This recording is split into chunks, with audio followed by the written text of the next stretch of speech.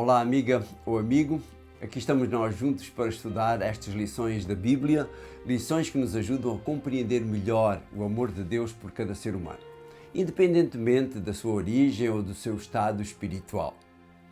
Eu convido-te a partilhar este pequeno resumo do nosso manual de estudos com os teus amigos, quer partilhando o link da Rádio Tranquilidade ou então do nosso canal YouTube ou da página de Facebook 2 Minutos com Ele. Eu convido-te a fazeres também gosto nos nossos canais, pois assim ajudarás a Palavra de Deus transmitida através desses canais a chegar a mais pessoas. A semana passada começámos a falar da aliança feita entre Deus e os israelitas, ou se quisermos, com os descendentes de Abraão no deserto do Sinai, no caminho entre o Egito e a terra de Canaã. E vimos como eles ratificaram essa aliança ao afirmar: faremos tudo o que o Senhor nos ordenou.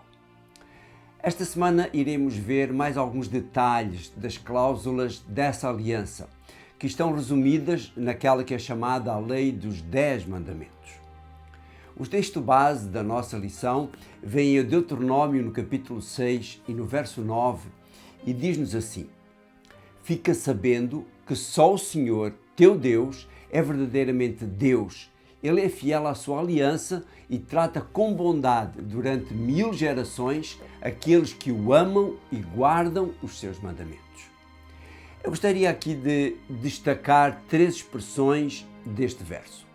A primeira diz: só o Senhor é verdadeiramente Deus. Eles tinham saído do Egito, onde havia uma multidão de deuses, e Deus apresenta-se aqui como o único e o verdadeiro Deus. Depois diz, no segundo aspecto, ele é fiel à sua aliança, ou seja, ele é de absoluta e total confiança. Ele não muda de ideias, ele não tem humores como os outros deuses. Depois o terceiro e último diz: trata com bondade os que guardam os seus mandamentos, ou seja, recompensa aqueles que fazem a sua vontade, aqueles que procuram os benefícios que advêm de fazer a vontade de Deus. Como temos dito diversas vezes, Deus conhece o ser humano por ele criado, melhor do que o ser humano se conhece a si próprio. E assim, sempre que faz uma aliança, coloca nos termos dessa aliança instruções que são para o bem do ser humano, quer na sua relação com ele, quer na sua relação com os outros seres humanos.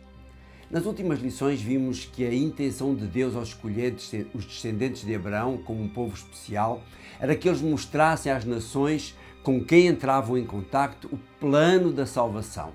Também como valia a pena ter Deus como Deus e os benefícios advindos da obediência à sua vontade.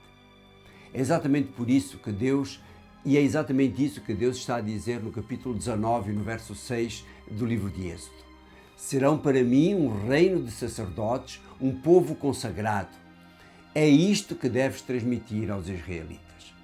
Isaías, no capítulo 56 e no verso 7, fala da abrangência da missão deste povo escolhido ao afirmar: conduzi-lo-ei ao meu monte santo, enchê-lo-ei de alegria na minha casa de oração, aceitarei os seus holocaustos e sacrifícios no meu altar, porque a minha casa será declarada casa de oração de todos os povos. Deus está aqui a dizer que através do conhecimento de si mesmo, esse conhecimento levado aos outros povos faria com que todos eles o viessem adorar e adorar da mesma forma. Paulo, escrevendo aos Hebreus, também mostra a universalidade da mensagem, a mensagem de salvação através do descendente de Abraão, ou seja, de Jesus. Diz no capítulo 2 e no verso 9 de Hebreus: mas em Jesus vemos aquele que, tornado um pouco inferior aos anjos, está agora coroado de glória e honra. E isto por causa da morte que sofreu. Deus, na sua bondade, quis que Jesus morresse por todos. Ele diz aqui que Jesus morresse por todos, não apenas pelos judeus, descendentes de Abraão. E isso acaba por me incluir a mim e incluir-te a ti também, amigo. Quais seriam então os princípios básicos dessa aliança para que Deus fosse mostrado aos outros povos? Vejamos o que diz o Deuteronômio no capítulo 4 e no verso 13. deu-vos a conhecer a sua aliança, mandou-vos cumprir os 10 mandamentos que ele tinha escrito em 2 placas de pedra. Reparaste bem o que diz o texto? A norma da aliança seriam os 10 mandamentos. E reparaste ainda o que diz no final do verso? E ele tinha escrito em 2 placas de pedra. Ou seja, esta era uma aliança tão importante que, para não haverem erros ou mal-entendidos, foi escrita pelo próprio Deus em 2 placas de pedra, mostrando assim a sua imutabilidade. Ao longo da Bíblia, existem diferentes expressões que apontam para os 10 mandamentos. São elas lei ou lei de Deus, estatutos, testemunhos, mandamentos ou ainda palavra do Senhor. Antes de avançarmos, vamos olhar um pouco para a palavra lei. O que é que essa palavra te diz?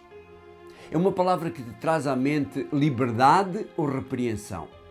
Algo que devo obedecer de bom grado ou que tolhe os meus movimentos, os meus atos, as minhas atitudes? Sabes, o princípio básico da liberdade é que a minha liberdade acaba onde começa a liberdade do outro. E a lei tem exatamente esta função de proteger-nos, quer seja na estrada, quer seja nas relações, quer seja em termos de impostos, etc. A palavra hebraica para lei é Torá e o seu significado é ensino ou instrução. Esta é uma expressão muito feliz para definir a lei de Deus.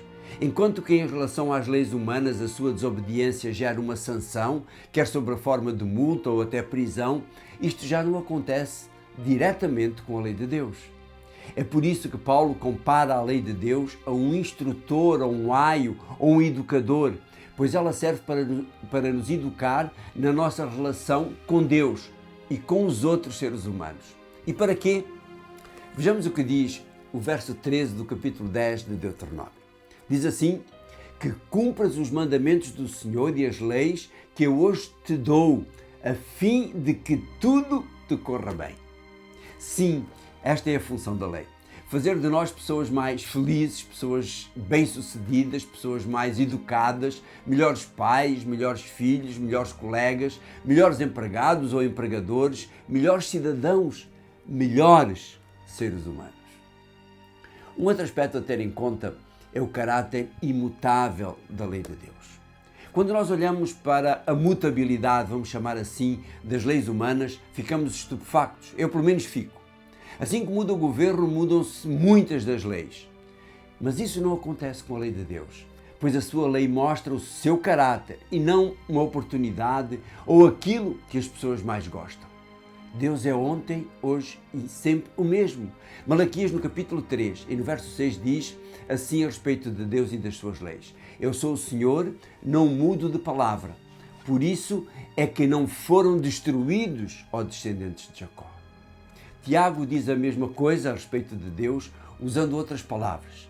Vejam o que diz o capítulo 1 e o verso 17. Tudo o que recebemos de bom e perfeito vem do céu, do Pai, fonte de toda a luz. Nele não há mudança nem sombra alguma.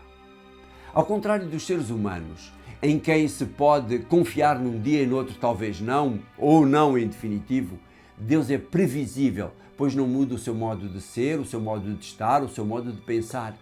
Isso dá-nos confiança e segurança, pois temos continuamente a certeza da sua justiça e do seu amor.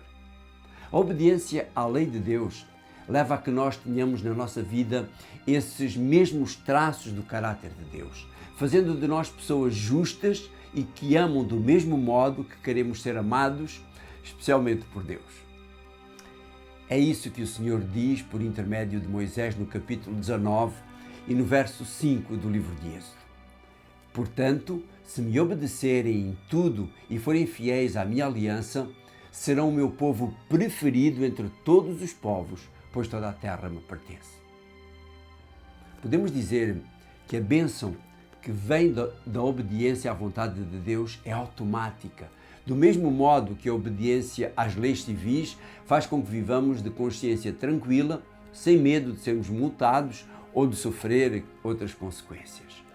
Mas Do mesmo modo que temos a certeza que tudo nos correrá bem, como vimos atrás, se obedecermos à sua lei, também temos a certeza do que acontecerá se lhe não obedecermos. A palavra de Deus é clara. Desde o jardim do Éden que Deus dá ao ser humano a opção de escolha. Ele não escolhe quais são as consequências das escolhas que nós fazemos, mas faz-nos sempre uma forte recomendação, tal como fez aos israelitas e como vem no capítulo 30 e no verso 19 do livro de Deuteronômio. O céu e a terra, diz ele, são testemunhas de que coloco diante de vós as bênçãos e as maldições. E agora ele diz, se queres ter a vida, tu e os teus descendentes deves escolher a vida. Este é o amor de Deus por cada ser humano. Ele conhece-nos melhor que nós nos conhecemos a nós próprios, como dissemos no início. Ele sabe o que é melhor para cada um de nós. Por isso, só temos vantagens em aceitar fazer aquilo que Ele nos recomenda. Aceita a lei de Deus, tal como foi dada por Ele, pois os seus mandamentos são vida que dão vida. Obrigado, querido Pai, pela Tua lei. Obrigado, Senhor, porque ela nos mostra o caminho. Obrigado, Senhor, porque ela nos mostra como nós nos podemos relacionar contigo, como nós nos podemos relacionar com os nossos semelhantes. Obrigado pela segurança que ela nos dá. E, acima de tudo, obrigado porque nela nós podemos ver o Teu grande amor por cada um de nós. Abençoa esta amiga ou este amigo que me está a ver ou que me está a ouvir, para que a sua vida possa ser uma vida de obediência também à Tua vontade. Ou que, se ele não conhece exatamente a Tua vontade, tenha um desejo maior de a conhecer e de a provar, para ver que ela é o melhor para a vida de cada ser humano. Agradecemos isto no nome santo de Jesus. Amém. E a semana que vem encontramos-nos aqui para estudar mais um pouco. Vamos então para a lição número 9, esta foi a lição número 8, e vamos ver então o sinal da aliança. Qual é o verdadeiro sinal da aliança dado por Deus? Será que ele existe? A semana que vem então encontramos-nos aqui para ver qual é o sinal dessa aliança dada por Deus lá no Sinai. Sinal esse que, acho eu, está nesta lei de que nós falámos esta semana. Um abraço e até lá.